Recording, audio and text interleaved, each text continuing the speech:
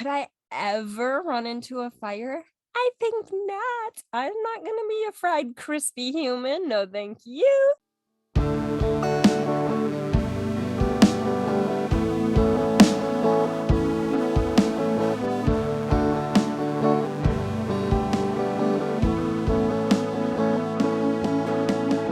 Hello, everybody, and welcome back to our podcast. My name is Hannah.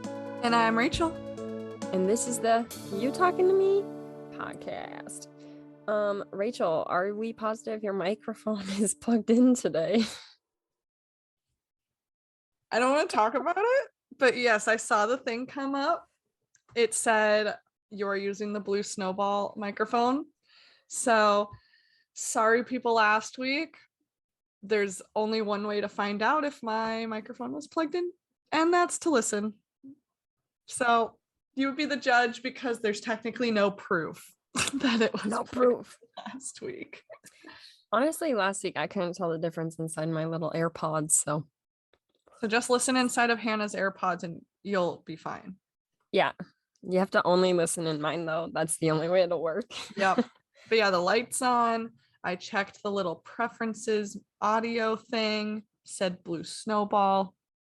We're on today, folks. We're good to go. All right. So this week, what are we watching, Hannah? We watched a show called Nailed It Holiday. So I'm going to give you a recap. Nailed It Holiday, Season 1, Episode 1, is a baking show. I suppose all the episodes of the seasons are baking shows, but I just want to tell you that we watched Season 1, Episode 1. This is a unique baking show because it has contestants on it who are actually not good at baking. The person who does the best wins. In this episode, it is Christmas themed with 2 challenges and 3 bakers who will nail it and come out on top. So the 3 bakers right away are a guy named Kelvin, a guy named Gavin, and a girl named Angie. It's a lot. Which one? Kelvin is a priest or something? Yeah, he's like involved in the church. I think he's a preacher, and he made that very clear for the first 20 sentences he said. We're all about Jesus, all about Jesus, and and don't forget Jesus. Literally, it was okay. And they were doing a challenge. We won't get too far into it right now just because we're introducing everyone, but they did a challenge where it was part of a nativity scene. And I said, oh no, please, not more Jesus jokes, because he wasn't that funny. He was fun. He was fine. He was whatever, but not that funny. He was sweaty, is what I noticed. And then there was Gavin, who is a firefighter. And then Angie is a mom. Did it say what she did besides being a mom? I think she had a job, but maybe I'm just a dirty liar. I have no idea. Being a parent is a full-time job, let's be honest. Oh yeah. I have no idea anything else about her besides the fact that she does have at least 1 child. And there's a video. That part was funny. They're Angie and her daughter are taste testing something Angie made. And Angie is like, I don't know why it tastes so. And the daughter's like, weird. Yeah, the little preview videos that we got of these people were pretty telling of their personalities. And I kind of liked, at first I was really worried that the episode that we had picked was all shot at home during COVID, because they had at home videos be the first introduction to these characters. And I was like, oh gosh, I didn't want to watch crappy phone videos, the whole time, but I would have gotten through it. Gavin's was him being shirtless and hot and joking around about putting out fires in the oven or something because he's a firefighter. And I don't remember Kelvin's intro video actually off the top of my head, but we got 2 out of 3 again. So throughout this, we're going to be talking about the group of 3, and you're going to only get information about 2 of them at a time, because that's as much as our brains could hold. Yeah, it was a lot to take in.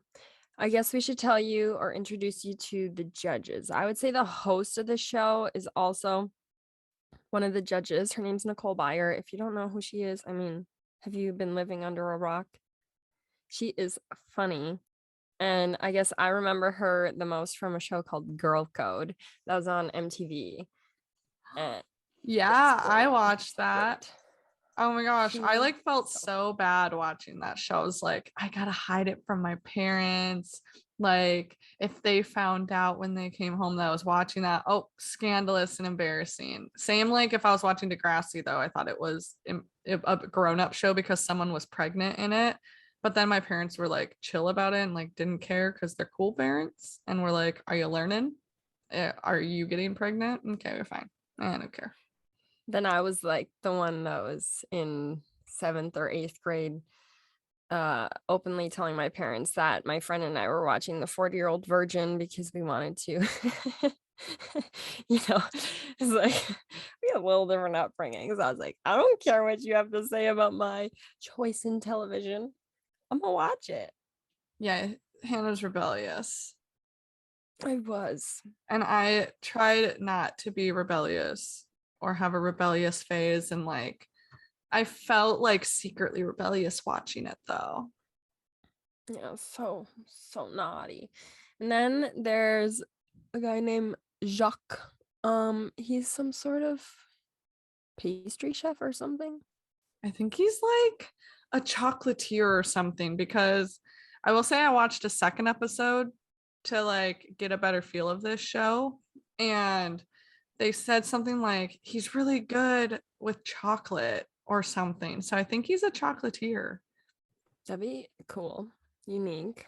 I don't know what it takes to be a chocolatier, but I can't imagine it actually be easy because if you think about chocolate and how easily that can be burnt or whatever. So, yeah. And then the other judge is Lauren Lopkis, and I know her the most from playing one of the guards in Orange is the New Black. I can't think of her name as the guard. Nope, not inside my brain. If I heard it, I'm sure I'd be like, oh, yeah, that's it. But she is a guard, and I like her character a lot on there. And I'm sure she's in other things, but Yeah, I recognize her, but not from anything specific in my head. And also, she's like just the guest judge of the week, of this episode. They have multiple guest judges. Every episode, I think, is a new person, as far as I'm aware, or maybe it's just during the holiday version of this show. I don't know, because I didn't watch any of the regular show. I just watched the second episode of Nailed It Holiday. But those were the three judges. Those were the three people. The three people were from kind of all over. Kelvin was from Reseda Ranch, California, I think. And then Angie was from Chicago, and Gavin was from Orlando. And this show is broken down into two events. It's about a half hour or so for the show. And the first event is Baker's Choice, which doesn't really make sense to me because it's not really their choice to an extent. Like they only have one part that's their choice.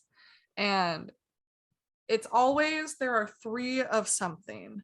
Okay. So in this episode, it was 3 cake pops in sets of 3. And it was like the 3 animals at the nativity scene, the 3 wise men, and then Mary Joseph and baby Jesus decorated cake pops. And basically the only Baker's Choice part of it is that they have to sprint into this tiny room and like grab which set that they want to decorate, and that's the choice part. Then they have to go bake. Well, they don't even have to bake anything in this case. In this one, the cake was already like pre-made for them.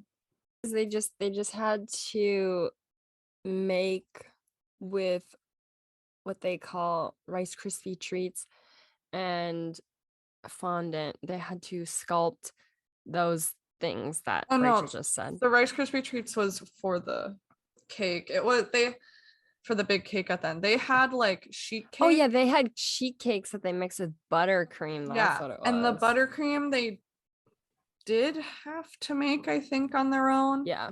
And then they had to decide what the right ratio was, which I don't know how bad you have to be at baking to not just add more cake when it's too wet, or If it's not sticking enough, then add more. But like some of these people, they made it seem like it was a really hard challenge. And the fondant part I know would be a hard challenge because I've made fondant. Thank you. you made it. Okay, so it was at the time, my best friend Rachel, different Rachel, spelled AEL. I think it was for her 14th birthday. I threw her a surprise party, had her family come. I made her a 2-tier cake with homemade fondant. One layer was blue, one layer was green. And the fondant is hard to make because it's a lot of sugar, and I think it's just sugar and water, maybe a sugar and milk or something. And it's basically, imagine that you have wet powdered sugar that you have to form into Play-Doh. I heard a tip, a life hack is that if you just like, you have to do it in such a perfect way, but all the stuff that's in fondant are the same ingredients that are in marshmallows apparently. And you, if there's a way to like melt it in just like the perfect way, and maybe you have to add a little bit of water or a little more sugar or something in it, but you can make your own fondant out of marshmallows. Learned that on the Great British Baking Show, which I will be talking about later in comparison to this show. Just saying, for a little bit later. But that's a fun fact. But you made this? Yeah, I did. Why don't you just use like blue frosting? Like, what was your vision? I just wanted to use fondant because she and I would like to, we basically were the Nailed It bakers, okay? One time we decided, God, I wish I had this picture of this Christmas tree cake she and I made because it's literally the ugliest thing you've ever seen in your whole life, and no one ate it. Like, okay, I never liked cake to begin with, so then that was a big no. And then one time we decided that we were going to make root beer cupcakes, which in theory sounds good. You could get root beer extract, like vanilla extract, but we decided that that'd be too expensive, so why not just use root beer? Okay, think of like normal cake or cupcake batter. It has to have the right consistency, obviously, and it's supposed to be not super runny, but not super thick. Into that, add like 6 bottles of root beer. Why didn't you just substitute like the water or milk for root beer? We maybe did also, honestly. But And but because you only couldn't put taste like it. 2 cups of milk in a recipe. You know what I mean? Like, you're hilarious. This is the Yeah, but funny. you couldn't taste it. So we had to keep adding more root beer so you could taste it. And then we convinced one of my mom's friends to try it, and we knew it'd be terrible.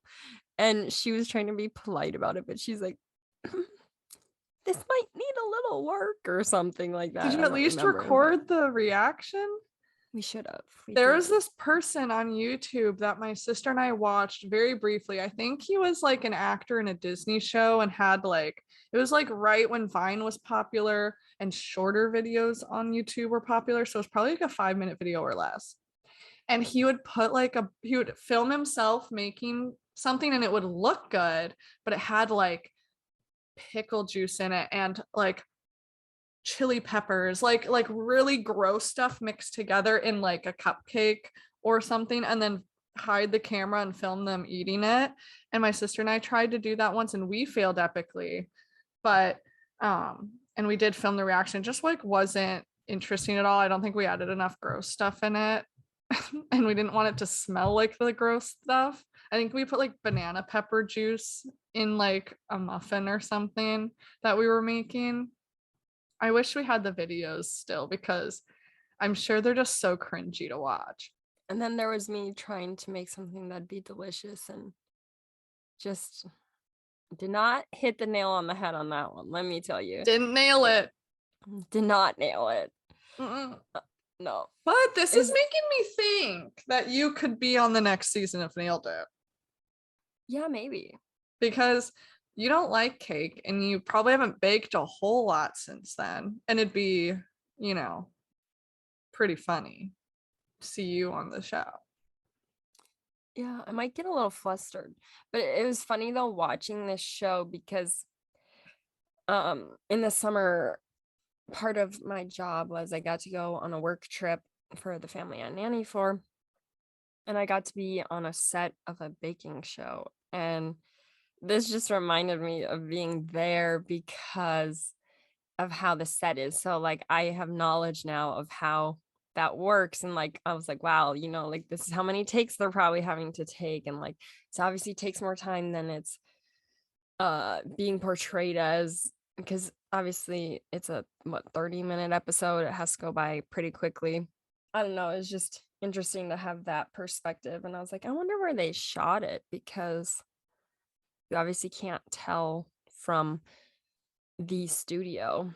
But If I were to make like a reality type TV show or competition type TV show like that, they're pretty cheap to make. You need one studio, you need to have enough like electricity outlets or whatever. But besides that, which you already need to film anything to begin with, because you need a crap ton of studio lights and whatever, and cameras and batteries charging, you already need all this stuff. So you just need a couple more for like the cooking stuff. But it's like, if I were to make one of those types of shows, I would not film it in California, because California is expensive to film in general, the taxes, the whatever. Plus, studio space is $1.5 billion. Like, you could shoot it, like, rent out, like, basically a storage unit in Grand Forks, North Dakota that has enough freaking plugins for everything, and you're doing great. Georgia has really good like tax breaks if you film here. Go to flippin' Maine, go to New Hampshire, go somewhere random. Just find the best deal and a like big warehouse and you're good. So I hope they didn't film in California, because that almost makes me like lose respect for these people, because that makes me think you're kind of dumb. and it's hard to tell too, like if you're trying to base it off of where the contestants are from, they're literally from all over. So how could you know? I'll see if I can find it online. Okay, so the first round, as Rachel already said, they have to make these characters that they chose, and they're supposed to be like cake pops. And I mean, I understand that forming like people or an animal out of cake is not going to be the easiest thing. But when I say these were a disaster zone, it's like I truly, truly believe that the 2-year-old I nanny could do just as good as they did, if not better. I I like I said was very shocked with the fact that they already had the cake baked. That wasn't part of the challenge. The challenge was literally make buttercream and mix it with the cake, crumble it up, make a ball, make whatever shape you needed, and then cover it in fondant. Well, first you have to like cover it in chocolate and then cover it in fondant and make it shaped in the way that you get the example. Okay. Which I thought it would have been funny if one of them just turned in the example. Like they should have just done that. That would have been like a funny prank.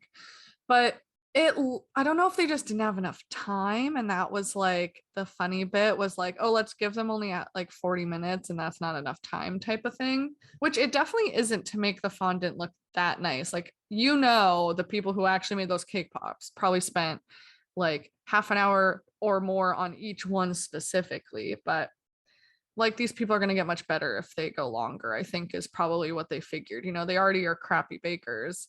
Giving them more time isn't going to make them better really. So yeah, they all failed pretty epically in different ways. Whereas Angie forgot to use the melting chocolate and used just chocolate chips and melted that. And apparently that's really runny and that's wrong.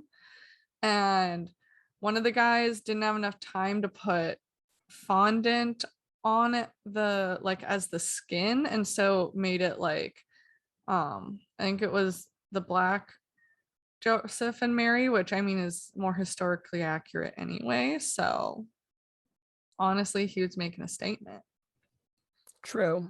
Yeah, I think that was his mistake. And then Gavin's just was a mess. They were like huge, right? He had like the huge animals or whatever, and they were like redonkulous, all falling off of the sticks. Yeah, and so Angie's like looked like beefed up corn dogs in my mind. And then Kelvin's were, yeah, they just immediately were off the sticks. And then Gavin, I thought yeah, it was just like imagine your worst nightmare animals come to life. That's exactly what they were. I can't really find where they filmed it. So I don't know. I don't know where it was filmed, but I will also tell you before I forget that we already know I'm a person that can't really watch things at a normal pace or whatever. And I definitely had to watch this at the fastest pace it could be at, even though it's only 30 minutes long. I was like, wow, this is a lot, a lot, a lot. It had kind of a And weird pacing. yeah, I think like it's a half hour and it only has 2 challenges, which is weird. And I don't know if it's to like make sure all 3 people can't win like each challenge or something. I don't know why. Why not just make it an hour? yeah, I don't know, or 45 minutes even and do 3 challenges. Because I was surprised that there was only 2 challenges as well. That just seems weird. Like But maybe it's incomplete. because, yeah, and maybe it's because there's 3 contestants, so like you only need 2 challenges. I don't know. The It Great seemed weird British though. Baking Show has like up to 12 bakers at a time and they lose one every week. And they still manage to have 3 challenges. And no, the Great British Baking Show is my favorite show. It's my favorite baking show and it's so good. Okay, I don't know if this is accurate, but now I got it's filmed in California. It says it's filmed on a set. It's created by magical elves to get Netflix. It's like a magical elf specializes in generating high quality content that is non-fiction. And it says that it's filmed in Burbank, California. That's according to honknews.com. So like I have no clue how accurate that is, but that's all that I could find. So They are maybe my it's in California. they're my one and only source for the news. Honk News. Honk News. Okay, everybody. Sorry, I need to take my microphone off because I think my microphone, the connector thing to the microphone that I connected to, the connector thing, uh, I think is having a little hissy fit, and I just need to charge my computer before we record the podcast. So sorry for the audio difference. Please forgive me. Don't murder me. I'm gonna put this away. The illusion is gonna be gone. The first challenge and what a nightmare that was. The second challenge is, let's see, they have to make this cake that's an upside down Santa, like going into a chimney, and there's a tree. Are there presents as well? Or did I just imagine that there's I don't presents? remember if there's presents, but there's a cat on a rug. There's Uh-huh. elves. Yeah, the tree is like made out of cookies, but like I feel like I don't know. They didn't show them making that, so it must not have been like that big of a part. I don't know. It like annoyed me how chaotic it was. It was so chaotic. I mean, like, I have ADHD, and I felt like these people had ADHD times 100. Like it was so hectic. And it felt like you were like anxious with it. And oh, let's actually first, before we break down that challenge. So the first winner is Kelvin.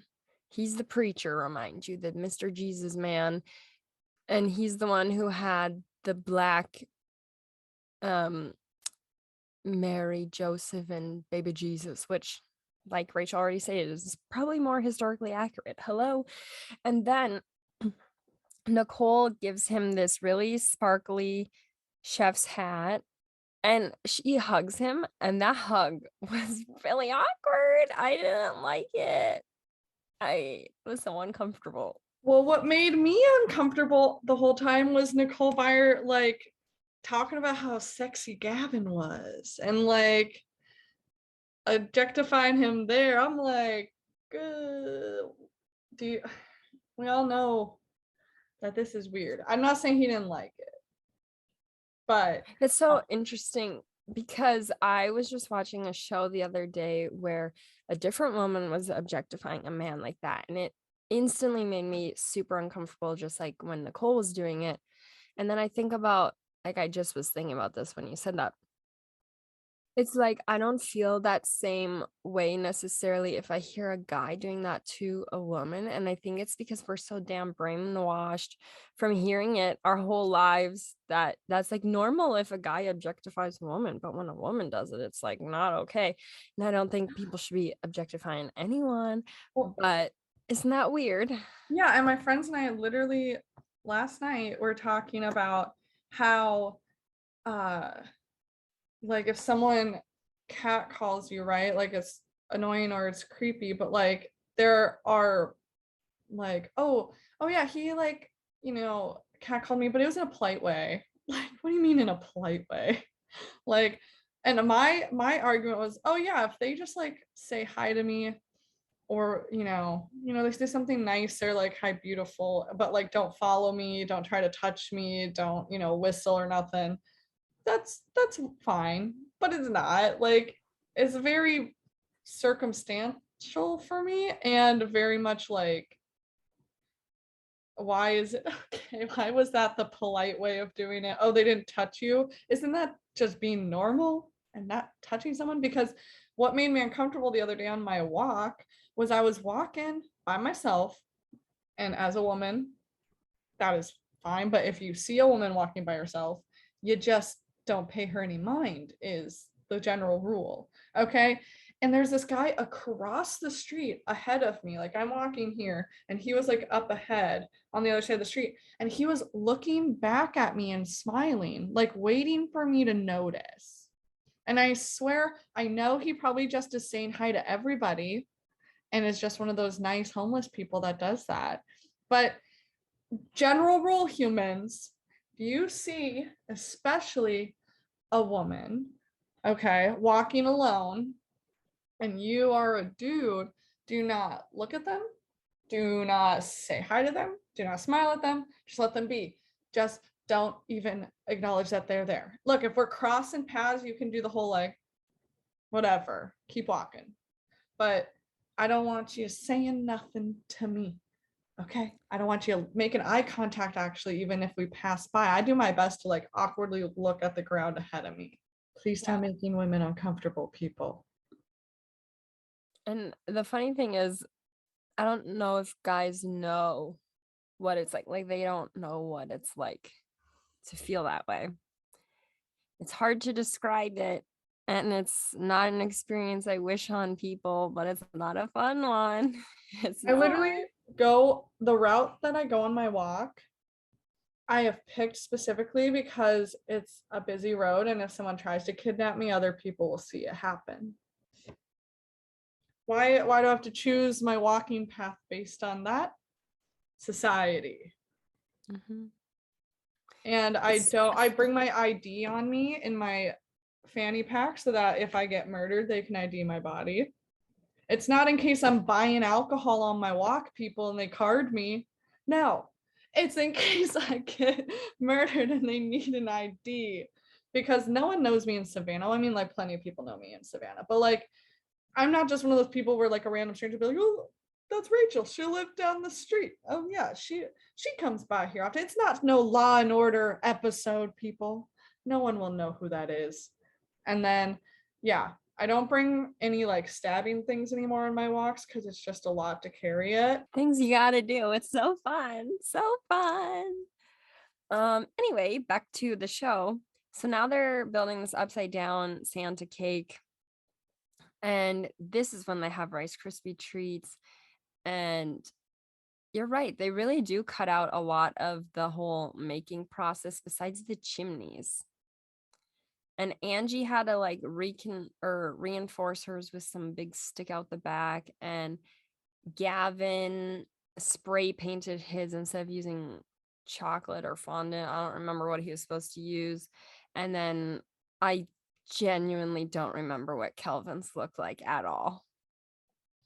Except I remember his cat, which was scary. Well, and he also is the one they does this show really not have any money? I mean, the hat that they gave Calvin was like dripping glitter onto his face. He was sweating glitter, and then it was like getting into his food. Like, just buy a sparkly hat. I know most sparkly hats will drop or whatever, but I swear some intern just covered this hat in glue and then sprinkled like glitter like you do at, your church camp craft days, whatever. Like, that's all this was. Yeah. It looks like, once again, the 2-year-old nanny could have made that hat and probably done better. Oh, Angie's cake mix was lumpy. I remember that. Like when she was pouring it, I wanted to puke. I said, there's no way you're actually that bad at baking. Not that bad. You have a mixer. You should know that if you're not putting like chocolate chips or like chunks of anything in it, it shouldn't be that lumpy. Yeah, some of these things just seem like common sense, and I'm trying to put myself in someone's shoes. Like, what if I never ever grew up having a cake before or something, or like making one? But wouldn't you think that'd still be common sense? Like, you're not having clumps of the flour or whatever that's going in the cake mix when you're eating the cake, in your mouth. So why should it be these big clumps in the batter? But some people, really think past that. And I'm sure there's something in this world that, like, from a mechanic standpoint, they'd be like, well, obviously it's common sense that you wouldn't do this. And I'd be like, huh? I'm trying Fair. to think that there must be something, but, or even if it's like smoking meats, I would not know where to start with that. But I don't know. Seems But, like, separately, Angie was stressing me the F out when she was putting that cake together with frosting because like it came apart or whatever. And so she was just like putting it together and then with her hands like frosting it up. And I'm not a germaphobe. And I was like, where have them hands been, Angie? yeah, I just kept thinking of the judges. I was like, are you actually going to taste this? Because that's disgusting. Okay. Mm-mm. Why didn't they have them wear gloves or something? I don't know. Well, Ugh. it's very I mean, in the more professional baking shows where they're actually good at baking, I mean, they don't wear gloves either. But I know they've washing their hands up to their shoulders. You know what I mean? Like I know they're clean in there and they're not licking their fingers or anything, which I don't trust any of those three to not be licking their fingers in between. Yeah. But that was stressing me out. I don't like watching things become bad. Like it makes me sad for them. It makes me uncomfortable. While I would say though it would be fun to be on the show, I think, because you can win $10,000. Yeah. So after challenge number 2, Gavin wins the $10,000 for his upside down Santa cake. It just seems like you get there so fast, and it seems like, I don't know. So Angie never won a single thing. Kelvin won the first round. He just got that sparkly hat, and then Gavin wins the $10,000. Yeah, which he And doesn't even get to keep the hat because they use it in the next episode. or maybe they have more than one. Because Well, let's be honest, the glitter probably would have fallen off by episode you 2. just add a little bit more. It's like a fun little project. Just keep adding. Okay, so talk about a different cooking show that's actually good. I used to watch baking shows. Like I would watch Ace of Cake, which is with, all I'm thinking of is Guy Fieri, but that's not who it is. Guy Fieri is it Guy Fieri or Guy Fieri? I haven't asked him personally, but I say Guy Fieri. Yeah, I'm not sure for sure which one it is. I Is can't think Ace of of what he says. Cake's the one with the Cake Boss guy? Well, there's Cake Boss and then Ace of Cakes. Oh, it's Duff Goldblum, and I actually met him on Ace of Cakes. I met him this summer at the same baking show. And then and his little daughter, she's really cute, and his wife. And then Cake Boss is with, well, they have Carlos Bakery, but I cannot think of the guy's name. Buddy? Yeah, Yeah, Buddy. that's right. And so I used to watch both of those like religiously. Well, I watched Cake Boss. Yeah. My family was a huge like Cake Boss, Pawn Stars, like um the American Pickers, like Same. we watched those types of shows in my house. Me too. And those like procedural type dramas like NCIS and CSI. You know, so those are the types of shows my family watches. And oh, and Impractical Jokers whenever we're at a hotel. Classic hotel show. So I love baking shows. Like I said, I watched the Great British Baking Show, and it is the most wholesome show I've ever seen in my life. I have probably gasped more watching that than sports. Like something will fall and literally everyone, it's my boyfriend's family and we are literally like, like, and it makes us laugh because we are sometimes more vocal during that than like if someone gets injured on the TV in a football game or something. Like it's ridiculous. But that show's an hour-ish. It like maybe it's 45 minutes, maybe it's 54 minutes, maybe like I don't know how long it would be if we watched it with commercials on TV. But it's so wholesome and positive. People are literally like helping each other out during the practices.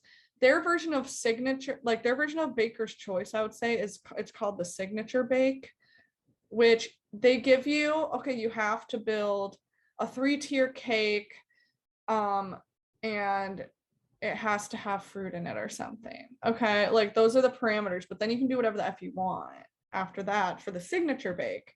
And then they come around and judge it. You know, is it baked well? Is it taste good? Is it done? Whatever. Then there's the technical challenge, which everyone gets the same exact thing in the same amount of time. The bakers usually don't really know what it is. It's some weird thing. And then they get a recipe to follow, but it's a pared down recipe that's like, instead of giving you all the ingredients and how to make a creme anglaise, you just have to know how to make it by knowledge. They just say, make the creme anglaise. And they're like, some of them like, I don't never seen one of those before, you know? And then they have the showstopper at the end, which is like the big event. It'll be like, make an illusion cake that, you know, looks like something that isn't edible, basically, you know, and it takes a ton of like art and skills and all this stuff. Or they have to make tiered pies, and each pie has to be something else, or it has to be, you know, this, and it has to have certain amounts of different baking elements, which means you have to have bread and cake and donuts and some, you know what I mean? It's crazy, but it's always so fun. And I always love the show, and the judges are great. They also have separate commentators as well as the two judges. If you have Netflix, if you watched Nailed It, please go watch the Great British Baking Show, because it is so much better than this show was. I'll have to watch the Great British Baking Show. I think I tried to watch it once, but it was like one night when I was tired and it was like really slow, and I was like, I'm gonna fall asleep, so I didn't watch it again. But I like baking shows, and maybe it's because I just like whenever, I think a lot of times the shows that I like the most are things that I would never actually do or be. Like, I love Grey's Anatomy, and that's doctors. If you know me in real life, there's no way I could ever do anything medical related, okay? Absolutely not. If there could be blood involved or guts or bodily fluids, that's not for me. I love the show Station 19. So good. Could I ever run into a fire? I think not. I'm not gonna be a fried crispy human. No, thank you. What's another show I love the most? Well, I love baking shows. Could I ever be a baker? Absolutely not. That is just, I mean, that would be the most likely of the three, a doctor or a firefighter or a baker. I think that'd be the most likely, but I would probably do better as the dishwasher or the receptionist. So, because, or someone just wanted really, we'll call them unique cakes, they could come to me. But Yeah, no otherwise, specifics. Don't be asking for a wedding cake. I can't do it, but you want something baked and decorated? Call me. You want will it it done taste well? good? Jury's out on that. You never know. Never know. Never Yeah. know. Yeah, like I said, this or like you said, this show just it ended and it felt like, oh, holy crap, like that came at me at like 100 miles an hour and now it's done. Yeah, it was like, when you go on a really fast roller coaster. My brother and I went on this roller coaster in Texas at Fiesta, Texas, which is like their Six Flags. And there's a roller coaster called the Roadrunner. And what you do is it's this one roller coaster, you're going in like swirls and whirls, and you're like, oh God, like I'm so dizzy. And then all of a sudden it slams and then you go backwards. Like the track looks like it ends, right? And so it slams and then you go backwards. And that abrupt ending is exactly how I felt this show was. You just went through like these ups and downs, hills and swirls, and you're getting tossed around, and then and you're like, wow, I have whiplash and I feel nauseous from what I just watched. But okay, Yeah, here and we it go. didn't help. Like I love Nicole Byer, but it didn't help that she's also like loud and wild and fast and funny and like off, like just like going 100 miles an hour as well. Like Jacques was really nice because he was nice and slow. I did like my favorite part of this whole episode was when they got the Rice Krispie treats. They're like these giant platforms of them, and they're already pre-made. And then Lauren Lapkus is like, I want one of those. And so literally Nicole Byer, this was totally on off the cuff and unprompted for sure. There's no way they planned this. But Nicole Byer literally goes into the back room where all the ingredients are to see if there's another block of Rice Krispie. And there are. And she brings it out and they both like bite one end of it. It's like literally like a 2.5 foot like long thing. And they just both bite into it, which I literally was like living the dream. They're living the dream right there. I would want to be a guest judge just so I could say something like do that. So that It was was really amazing. fun. That was my favorite part too. I'm glad you mentioned it. And then Jacques says something like, I can't believe you're eating that, or something like that. Yeah, he thought Because they he's were like, we have to goofy. try the cake. It was really, he was like, you guys are so silly. And I think Nicole was barefoot when she walked back there. I could be wrong, but I feel like I remember seeing her in bare feet. I mentioned that I watched a second episode of this to see if like was this one just like this because it's the first of the holiday ones, whatever. I watched the second episode and would I say it was better? No. No, I would not. Would I watch a third episode? No. No, I would not. It just it's too much and too short, and one, I don't think I get to know the characters enough. And whereas for a lot of cake or baking shows, you like slowly eliminate people throughout the season. And it's just like the having to figure out who they are, how they suck at baking, and then one of them wins, and then the next week you start all over again. I was like, I don't even care about any of these people, and I don't remember them enough to like, if I didn't write it down, I wouldn't know where Angie was from, or like that Kelvin was a preacher guy. Like, I think that's a part of it, was also this the whiplash of being like, and we're done. Here's new people. Yeah, I agree with that, because when I had thought about a baking show too, I just assumed that it would be like the standard there's 13 episodes, you have 13 contestants, and then you get one eliminated each week, and by the end you're so invested in the two people remaining that you're like, how do you choose who's gonna win? Yeah, or you like hate one of them and you're like, I hope they mess up, or you just know these people. And they even change one of the judges every week. Out of the 3, one of them is different. And so it's like you have more new people per episode than people that we already know. Yeah, that's a lot. A lot. Interesting. Well, I think that we dissected that episode and we talked about a lot of other things too. Is there anything else you feel is worth mentioning? Keep your eyes out. Maybe Hannah and I will be on the next episode of Nailed It. See, I've thought that I could be on Worst Cooks in America, except I'm probably not the worst cook in America, but that's kind of the same concept, only it's with food, not baking. And that show actually has the like 6 contestants over 10 episodes or whatever. So you get to know them, and it's always with Anne Burrell. And then there's a guest judge on each season, but not each episode. And so, maybe Rachel and I will be on one of the worst. Maybe there's a team one sometime where it's like the 2 worst bakers, and then we can be on it. I would love that, because here's where I think I can pretty much cook a base level of most things. But baking, let me just tell you real quick, my baking skills is gonna be real quick before I just wrap up. My decorating, I know, would be crap. Okay, that's gonna be the funniest part, which is a lot of this show is the decorating part. And then I make box brownies. I have made them often. I can never not burn the edges and get the middle to be the right amount of fudginess. I suck so bad at it.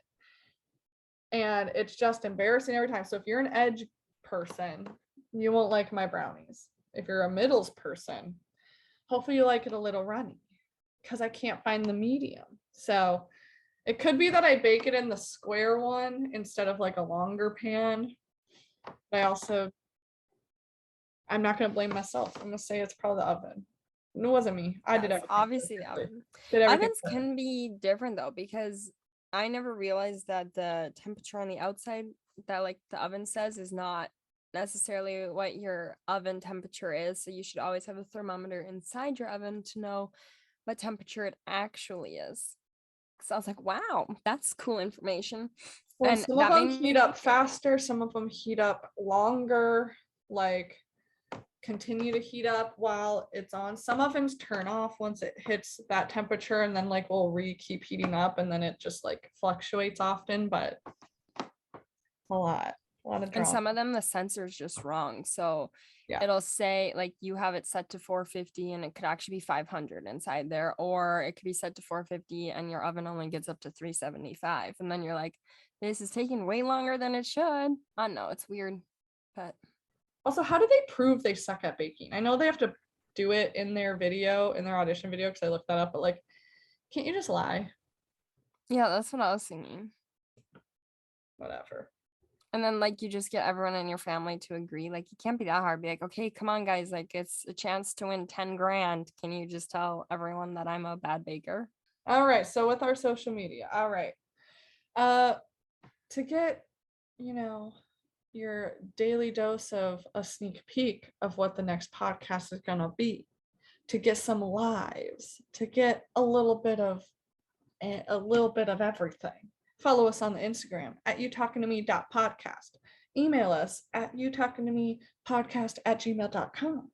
You can follow us on the Twitter at youtalkingtome11, because we're both number one. And you can also subscribe to our YouTube channel.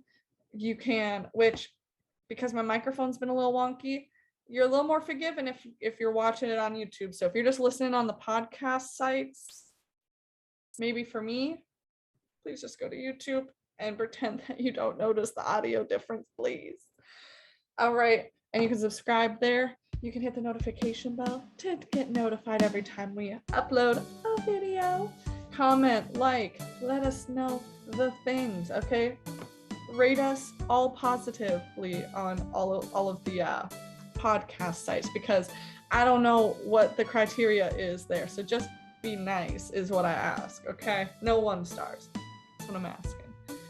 And with that, I think that's everything. So, my name is Hannah. And I'm Rachel. And this was the You Talking to Me podcast. Bye. Bye.